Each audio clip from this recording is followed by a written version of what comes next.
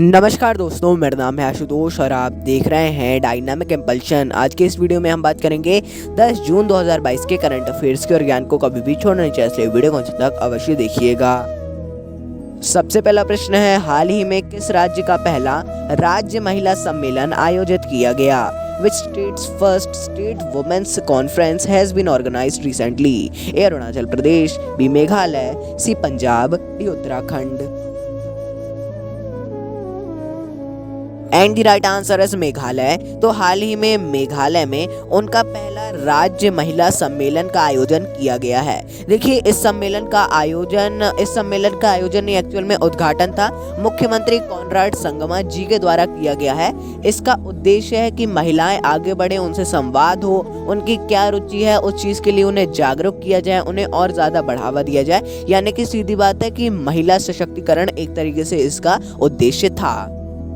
अगला प्रश्न है, हाल ही में किसके द्वारा बीच विजिल ऐप को लॉन्च किया गया?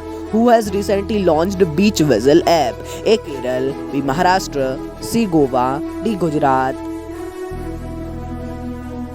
And the right answer is Goa. तो हाल ही में गोवा राज्य सरकार के द्वारा बीच विजिल ऐप को लॉन्च किया गया है। बीच विजिल ऐप क्या है? तो जैसा आप जानते हैं, गोवा एक तटीय राज्य है, यानी कि समुद्री राज्य है। तो ऐसे में समुद्र के जो तट है उनकी निगरानी रखने, कैसा क्या हो रहा है वहाँ पर, और पर्यटन को बढ़ावा देने जैसा पर्यटन की दृष्टि से बहुत ज़्यादा ज़रूरी है, इसके लिए इसे किया गया है। इसका उद्घाटन मुख्यमंत्री प्रमोद सावंत जी ने ही किया है। अगला प्रश्न है, दुनिया का पहला मरम्मत का अधिकार विधेयक किसके द्वारा पारित किया गया? The world first right to repair bill has been passed by A. संयुक्त राज्य अमेरिका, B. Bharat, C. Ukraine, D. चीन। एंड द राइट आंसर है संयुक्त राज्य अमेरिका।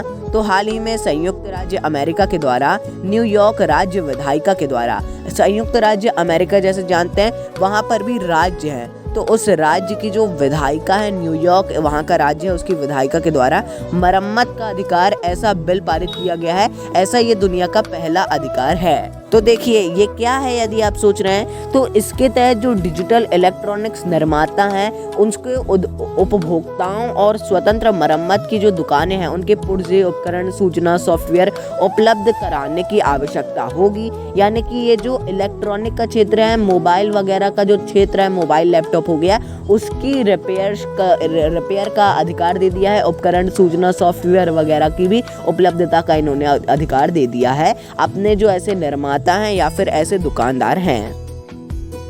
अगला प्रश्न है, हाल ही में किस झील में भारत की पहली फिशिंग कैट आकलन की शुरुआत की गई? In which lake India's first fishing cat assessment has been started recently? A. Chilka झील, बी. वुलर झील, सी. लोकटक झील, डी. पुष्कर झील। And the right answer is Chilika झील। तो हाल ही में चिल्का झील में भारत की पहली फिशिंग कैट आकलन को शुरू किया गया है। इसमें जो फिशिंग कैट है, ये दुनिया का पहला फिशिंग कैट की जनसंख्या का आकलन होने वाला है। यानी कि कैसी क्या इनकी जनसंख्या है और उसका पूरा आकलन किया जाएगा। अब ये चिल्का झील कहाँ पे है? तो ये ओडिशा में स्थित है। आपको ये सब ध्यान रखना है। झीलों की तो जानकारी बच्चे रट के रखते हैं, जो भी कॉम्पिटिटिव एग्जाम की तैयारी करते हैं उनको ऐसे मुंह जबानी रटा होता है। लद्दाख बोला तो ये, उड़ीसा बोला तो ये, जम्मू बोला तो ये, कश्मीर बोला तो, मतलब ऐसे होता है। तो आपको भी इस टाइप से ही सोच के याद करना है कि अपने को मुंह जबानी रट जाए। अगला प्रश्न है, म्यूचुअल फंड सलाहकार समिति का पुनर्गठन किसके द्वारा किया गया? By whom the mutual fund advisory committee reconstitute? A. SEBI, B. NSDL, C. CDSL, D. NSC. And the right answer है सेबी। तो हाल ही में सेबी के द्वारा म्यूचुअल फंड सलाहकार समिति का पुनर्गठन किया गया है। ये 25 सदस्यीय सलाहकार समिति होगी जिसकी अध्यक्षता आरबीआई की जो भी डिप्टी गवर्नर हैं, जैसे वर्तमान में उषा थोराट जी हैं, तो ये उनके द्वारा ही की जाएगी। अगला प्रश्न है, हाल ही में चौथा खाद्य सुरक्षा सूचकांक को किसके द्वारा जारी किया गया? Recently the 4th state food security index has been released by A. Mansukh Mandaviya, B. Amit Shah, C. Jyotiraditya Scindia, D. Hardeep Singh Puri.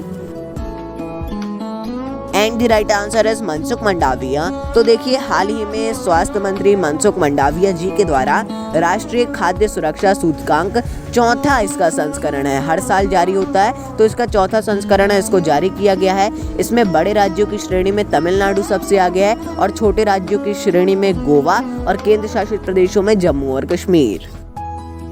अगला प्रश्न है, हाल ही में किसके द्वारा बायोटेक स्टार्टअप एक्सपो का उद्घाटन किया गया? Who recently inaugurated the Biotech Startup Expo? A. Amit Shah, B. Narendra Modi, C. Doctor Jitendra Singh, D. S Jaishankar. And the right answer is Narendra Modi. तो हाल ही में प्रधानमंत्री नरेंद्र मोदी जी के द्वारा बायोटेक स्टार्टअप एक्सपो को शुरू किया गया है। ये एक्सपो जो है, इसमें उद्यमियों, निवेशकों, उद्योग जगत के नेताओं, वैज्ञानिकों, शोधकर्ताओं, निर्माताओं, नियामकों, सरकारी अधिकारियों, इन सभी को एक साथ जोड़ने के उद्देश्य है। अगला प्रश्न है, हाल ही में किसके द्वारा रुपए आधारित क्रिप्टो इंडेक्स को लॉन्च किया गया? बाय whom the रुपए based crypto index recently launched? A. Coin switch, B. WazirX, C. OctaFX, D. CoinDCX। And the right answer is coin switch. तो हाल ही में कॉइन स्विच के द्वारा भारत का पहला रुपए आधारित क्रिप्टो करेंसी सूचकांक, जिसका नाम क्रेएट रखा है, इसको लॉन्च किया गया है।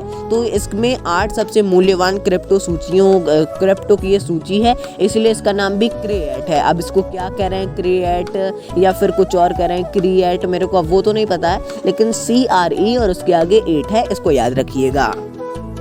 अगला प्रश्न है, पहली राष्ट्रीय वायु खेल नीति 2022 की घोषणा किसने की? Who announced the first national air sports policy 2022? A. Anurag Singh Thakur, B. Jyotiraditya Scindia, C. Ramnath Kovind, D. Kiran Rijiju. And the right answer is Jyotiraditya Scindia. तो हाल ही में ज्योतिरादित्य सिंधिया जी के द्वारा भारत की पहली राष्ट्रीय वायु खेल नीति 2022 की घोषणा की गई है। इसका उद्देश्य 2030 तक भारत को हवाई खेलों में शीर्ष देशों तक पहुंचाना है। हवाई खेलों में अभी भारत थोड़ा नीचे है, थोड़ा क्या मतलब बहुत ही नीचे है, अभी तक तो इसकी बात भी नहीं हो रही है कहीं भारत में, लेकिन अब इसको भी बढ़ावा दिया जाएगा। अब नीति लॉन्च कर दी गई है, धीरे धीरे अच्छे भत्ते लाए जाएंगे और इस पे और ज्यादा बढ़ावा दिया जाएगा।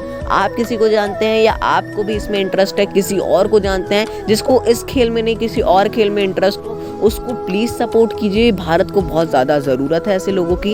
एक इसके लिए अभियान आप शुरू कीजिए सब, आप यदि कोई फ्रेंड जोन है आपका, उन सभी को जोड़ के आप ऐसा अभियान भी शुरू कर सकते हैं। तो दोस्तों, ये था अंतिम प्रश्न। मिलते हैं अगले वीडियो में। नमस्कार। Dynamic impulsion.